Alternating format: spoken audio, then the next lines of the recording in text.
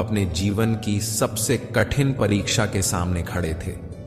कुरुक्षेत्र के उस विशाल युद्ध भूमि में जब उन्होंने अपनी ही आंखों से दोनों सेनाओं को देखा, दाएं बाएं अपने ही सगे संबंधी, गुरुजन, चचेरे भाई, मित्र और कुल के बुजुर्ग योद्धा खड़े थे, तो उनका मन एक भारी बोझ से दब गया। वह अर्जुन, जिसने अनगिनत युद्ध लड़े थे, जो कभी अपने लक्ष्य से नहीं डगमगाया, वही आज भीतर से टूट गया। उसका हृदय करुणा से भर उठा, आंखें नम हो गईं, आवाज कांपने लगी। वह युद्ध के लिए खड़ा था, लेकिन जिस युद्ध में अपनों को ही मिटाना हो, वह युद्ध कैसा न्यायपूर्ण हो सकता है। अर्जुन की आत्मा जैसे चीत्कार करने लगी। उसका मन मोह और ममता में उलझ गया। वह भावुकता के उस गहरे भंवर में डूब गया जहां तर्क, नीति और धर्म भी क्षीण लगने लगे।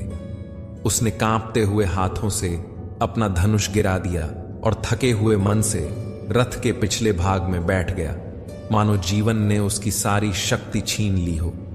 वह भगवान श्री कृष्ण की ओर देखकर टूटे हुए स्वर में कहता है, हे माधव, मैं यह युद्ध नहीं कर सकता। कैसे करूं? इन लोगों को मारकर कौन सा सुख मिलेगा? मेरे अपने, मेरे प्रिय, इन्हें मारकर मेरा हृदय कभी चैन नहीं पाएगा। मैं अब कुछ नहीं जानता, बस आप ही बताइए मैं क्या करूं। दोस्तों, जहां भावनाएं, आत्मा, मृत्यु, पुनर्जन्म और निर्णय की शक्ति एक दूसरे से गूंथी हुई प्रतीत होती हैं, यह अध्याय न केवल हमारे आंतरिक संघर्षों को शांत करने का मार्ग दिखाता है, बल्कि यह भी सिखाता है कि क्रोध क्यों आता है, उसका मूल कारण क्या है और हम कैसे हर परिस्थिति में संतुलित और प्रसन्न रह सकते हैं। तो आइए मैं आपको लेकर चलता हूं इस अद्भुत और आध्यात्मिक यात्रा पर। श्रीमद् भगवद गीता अध्याय 2, सांख्य योग। इस अध्याय की शुरुआत होती है एक गहरे मानसिक द्वंद्व से जूझते अर्जुन से। वह अर्जुन जिसने युद्ध के मैदान में अनेक युद्ध लड़े थे, आज अपने ही संबंधियों के सामने कमजोर और हताश हो गया है। उसका मन दुख और मोह से भर उठा है। उसकी आंखों के सामने खड़े हैं भीष्म पितामह, जिनके चरणों में उसने बचपन बिताया है, गुरु द्रोणाचार्य, जिनसे धनुष बाण चलाना सीखा है, कृपाचार्य, जो सदैव मार्गदर्शक रहे हैं। इन सबको सामने देखकर अर्जुन का दिल भर आया। वह सोचने लगा, क्या मैं इन पूजनीय जनों पर बाण चला सकता हूं? क्या यह धर्म है? क्या अपनों को मारकर कोई सुखी हो सकता है? उसका मन विचलित हो गया। वह युद्ध भूमि में खड़ा होकर कांपता हुआ, आत्मग्लानि में डूबा, धनुष छोड़ देता है। कहता है, हे माधव, मैं युद्ध नहीं कर सकता। लेकिन मित्रों, अगर हम इस परिस्थिति को गहराई से देखें तो अर्जुन को वास्तव में कौरवों को मारने से कोई आपत्ति नहीं थी। उसकी परेशानी केवल उन बुजुर्ग और पूज्य जनों को देखकर थी जो उसे जीवन की हर राह पर दिशा दिखाते आए थे। वह सोच रहा था, कैसे बढ़ूं आगे? अर्जुन के मन में उस समय भावनाओं का तूफान उमड़ रहा था। वे एक योद्धा थे, लेकिन युद्ध भूमि में खड़े होकर एक ऐसे मोड़ पर पहुंच चुके थे जहां धर्म और मोह, कर्तव्य और करुणा, रक्त और रिश्तों के बीच की रेखाएं धुंधली हो चुकी थीं। उनके मन में न जाने कितनी आशंकाएं, न जाने कितने तर्क उठ रहे थे। अगर मैंने यह युद्ध किया तो अपने ही लोगों का विनाश कर बैठूंगा। इससे क्या मुझे सुख मिलेगा या केवल पाप का भागी बनूंगा? इन सवालों ने उन्हें भीतर से तोड़कर रख दिया था। वह अर्जुन, जो कभी महाभारत के महानायक कहे जाते थे, आज रथ के पिछले हिस्से में बैठकर अपने ही विचारों के बोझ तले दब चुके थे। मित्रों, आपको क्या लगता है, अर्जुन घबरा गए थे? जी हां, अर्जुन घबरा चुके थे, पूरी तरह से। उनका मन डोल रहा था, बुद्धि भ्रमित थी, आंखें अश्रुपूरित थीं और हृदय व्याकुल था। अब उन्हें चाहिए थी एक दिशा, एक संबल, एक ऐसा आलोक जो इस अंधकार को चीर सके। वे बहुत कुछ कह रहे थे, अनेक तर्क दे रहे थे, परंतु वह सब एक व्याकुल आत्मा की पुकार थी जो केवल सत्य जानना चाहती थी। धर्म और अधर्म का अंतर समझना चाहती थी, लेकिन अब तक भगवान श्री कृष्ण ने मौन धारण किया था। वे एक भी शब्द नहीं बोले थे। उन्होंने अर्जुन को उसकी पूरी वेदना, उसकी सारी दुविधाएं व्यक्त करने दी, क्योंकि वे जानते थे जब तक मन का बोझ बाहर नहीं निकलेगा तब तक ज्ञान का दीप जलाना कठिन है। और अब दूसरे अध्याय में वही श्री कृष्ण बोलते हैं, जिनके शब्द केवल शब्द नहीं बल्कि जागृति की किरणें हैं। अब वे अर्जुन की हर आशंका को करुणा, धैर्य और दृढ़ता से मिटाने का प्रयास करते हैं। वे अर्जुन को समझाते हैं कि क्या सत्य है और क्या असत्य, क्या शाश्वत है और क्या केवल एक भ्रम। जब अर्जुन को यह महसूस होता है कि वह अंदर से पूरी तरह टूट चुका है, कि उसका मन अनेक आशंकाओं, दुविधाओं और संवेदनाओं के जाल में फंस गया है, जब उसके सामने जीवन की सबसे बड़ी और निर्णायक चुनौती खड़ी होती है, जहां एक तरफ धर्म है तो दूसरी तरफ अपने ही प्रियजन, तब वह भीतर से इतना थक चुका होता है कि अब उसे सिर्फ एक चीज की आवश्यकता होती है, मार्गदर्शन। वह अर्जुन जो अभी तक अपने विचारों और तर्कों के बल पर युद्ध से पीछे हटने के लिए कारण ढूंढ रहा था, अब नम्रता से सिर झुकाकर भगवान श्री कृष्ण से कहता है, शिष्यस्ते हम शाधीमान त्वां प्रपन्नम। हे कृष्ण, अब मैं आपका शिष्य हूं, आपकी शरण में आया हूं, कृपया मुझे उपदेश दें। मित्रों, यह कोई साधारण वाक्य नहीं था, बल्कि एक योद्धा का पूर्ण आत्मसमर्पण था।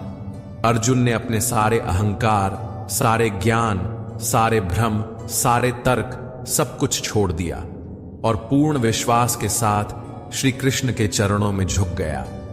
उसकी आवाज में अब कोई द्वंद्व नहीं था, बल्कि एक शिशु जैसी मासूम पुकार थी, हे माधव, मुझे बताइए क्या सही है, क्या गलत। मुझे दिखाइए वह राह जो मेरे कर्तव्य से मुझे जोड़ दे, मेरी आत्मा को जो शांति दे। उस पल में अर्जुन केवल एक योद्धा नहीं रहा, वह बन गया एक साधक, एक जिज्ञासु आत्मा जो अंधकार में भटकते भटकते अब प्रकाश की ओर हाथ बढ़ा रहा था। यह वाक्य, शिष्यस्ते हम शाधीमाम त्वां प्रपन्नम, केवल अर्जुन की विनती नहीं थी, बल्कि हम सभी की ओर से कही गई एक सार्वभौमिक पुकार है।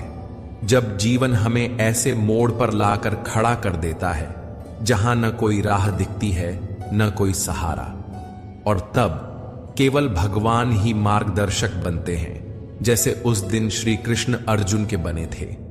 मित्रों, भगवद गीता का यह क्षण अत्यंत गहरा और भावनाओं से भरा हुआ है। यह केवल एक संवाद नहीं, बल्कि आत्मा की पुकार है, एक टूटे हुए योद्धा की, जो अब अपने अहंकार, अपने ज्ञान और अपने तर्कों को त्याग कर पूर्ण समर्पण के साथ भगवान के चरणों में झुक गया है। यह वह पवित्र क्षण है जब अर्जुन, जो श्री कृष्ण के न केवल परम मित्र बल्कि चचेरे भाई भी हैं, अब उन्हें केवल सखा नहीं बल्कि अपना गुरु स्वीकार करते हैं। वर्षों की मित्रता, स्नेह और साथ अब एक गुरु शिष्य के पवित्र संबंध में परिवर्तित हो जाती है। अर्जुन अपनी आत्मिक पीड़ा और मानसिक भ्रम को स्वीकार करता है। वह कहता है, हे कृष्ण, मुझ पर कार्पण्य दोष अर्थात कायरता और दुर्बलता हावी हो गई है। मेरा हृदय कर्तव्य से पीछे हट रहा है और मेरा आचरण अब एक वीर योद्धा का नहीं बल्कि एक भ्रमित और डरे हुए व्यक्ति का हो गया है। यह स्वीकार करना किसी भी योद्धा के लिए आसान नहीं होता, पर अर्जुन वास्तव में एक सच्चा साधक बन चुका था। जब आत्मा थक जाती है, जब बुद्धि काम करना बंद कर देती है और जब मन द्वंद्वों से घिर जाता है, तब जो अपने अहंकार को त्याग कर गुरु के सामने नतमस्तक होता है, वही जीवन की सच्ची राह पर आगे बढ़ता है। इसीलिए अर्जुन विनम्रता और पीड़ा से भरकर भगवान श्री कृष्ण से प्रार्थना करता है, हे माधव, मुझे धर्म के मार्ग पर चलने की प्रेरणा दीजिए। मुझे बताइए कि मेरा कर्तव्य क्या है। मुझे इस अंधकार से बाहर निकालिए। साथियों, जीवन की राह जब कठिनाइयों से भर जाती है, जब हर दिशा में केवल भ्रम, पीड़ा और असमंजस दिखाई देता है, तब हमें धीरे धीरे यह एहसास होता है कि केवल अनुभव, ज्ञान या तर्क पर्याप्त नहीं होते। उस समय हमें चाहिए होता है एक ऐसा प्रामाणिक और दिव्य सद्गुरु जो हमें अंधकार से प्रकाश की ओर, भ्रम से स्पष्टता की ओर और अशांति से आत्मिक शांति की ओर ले जा सके। अर्जुन के जीवन में भी ऐसा ही एक क्षण आया था, लेकिन उसका सौभाग्य देखिए, उसके सामने तो स्वयं भगवान श्री कृष्ण खड़े थे।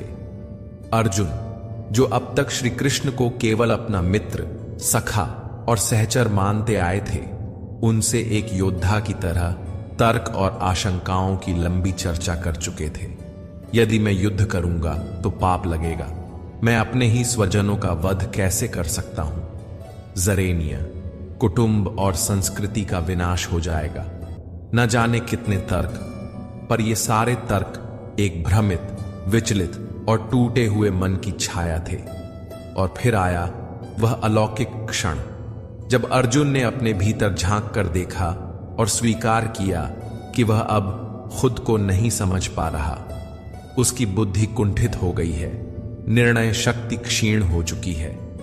तब उसने अपने अहंकार का त्याग किया, अपने ज्ञान का परित्याग किया और पूरे भाव से, विनम्रता से श्री कृष्ण के चरणों में झुक गया। वह कहता है, हे कृष्ण, अब मैं सही और गलत के बीच का भेद नहीं कर पा रहा हूं। मेरा मन व्याकुल है और मैं इस युद्ध के बीच अपने कर्तव्य को नहीं समझ पा रहा। इसलिए अब मैं आपका शिष्य हूं, आपकी शरण में हूं। कृपया मेरा मार्गदर्शन कीजिए, हे माधव। अर्जुन की दुविधा, उसका संशय, उसकी आंखों में ठहरा हुआ डर और कांपते हुए शब्दों को देखकर भगवान श्री कृष्ण बस मुस्कुरा दिए। एक करुणामयी मुस्कान जिसमें प्रेम भी था, समझ भी थी और गहराई भी। वे जानते थे कि यह केवल अर्जुन की नहीं, हर उस आत्मा की स्थिति है जो जीवन की चुनौतियों के सामने घबरा जाती है। और जब कोई मनुष्य सच्चे हृदय से मार्ग मांगता है, तब भगवान कभी मौन नहीं रहते। श्री कृष्ण की वह मुस्कान ही गवाही थी कि अब ज्ञान का वह अमृत बरसने वाला है जो न केवल अर्जुन को खड़ा करेगा, बल्कि हजारों वर्षों बाद तक इस संसार को दिशा देगा।